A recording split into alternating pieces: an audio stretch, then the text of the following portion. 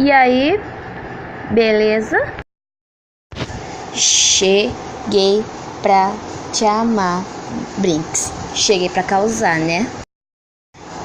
Cheguei. Cadê todo mundo nessa casa? Nossa. Ah, mas não se preocupe, eles vão aparecer, não se preocupe.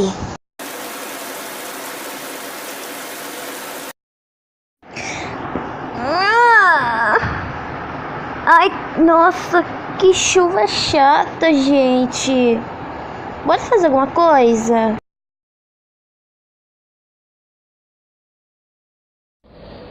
Bu.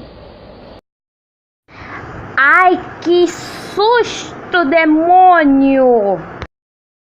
Cheguei. O que tá acontecendo? É que esse demônio chamado Jeon Jungkook chegou atrás de mim e me fez um susto daqueles. Ah, liga não.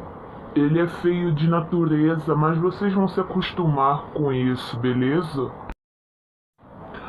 Eu posso saber o que está acontecendo aqui? Oi, uma linda do meu coração. Ih, lá vem. Toda vez quando você fala assim com a homem é porque você quer alguma coisa dela, não é mesmo? Talvez sim, talvez não.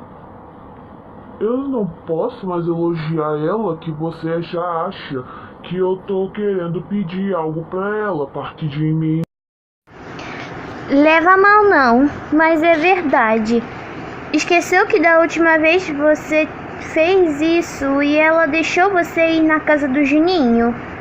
Ops, falei o que não tinha o que falar. Foi mal aí.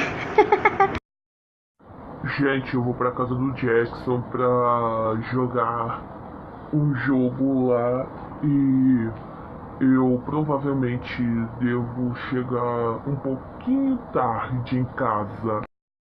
Ué, Apa, você não falou que ia pra casa da Neide fazer alguma coisa lá pra ela? Indo pra casa de piranha de novo, Kinanjon. Ora, parte de mim, seu fofoqueiro. É por isso que você tá igualzinho seus irmãos. Seus irmãos também é a mesma coisa, fica fazendo fofoca de mim.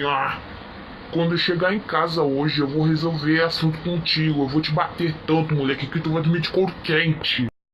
Você não vai bater em ninguém, Nanjon. Muito menos no meu filhote.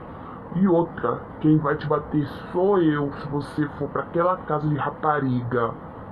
Quando você chegar, eu que vou tratar assunto com você, mocinho.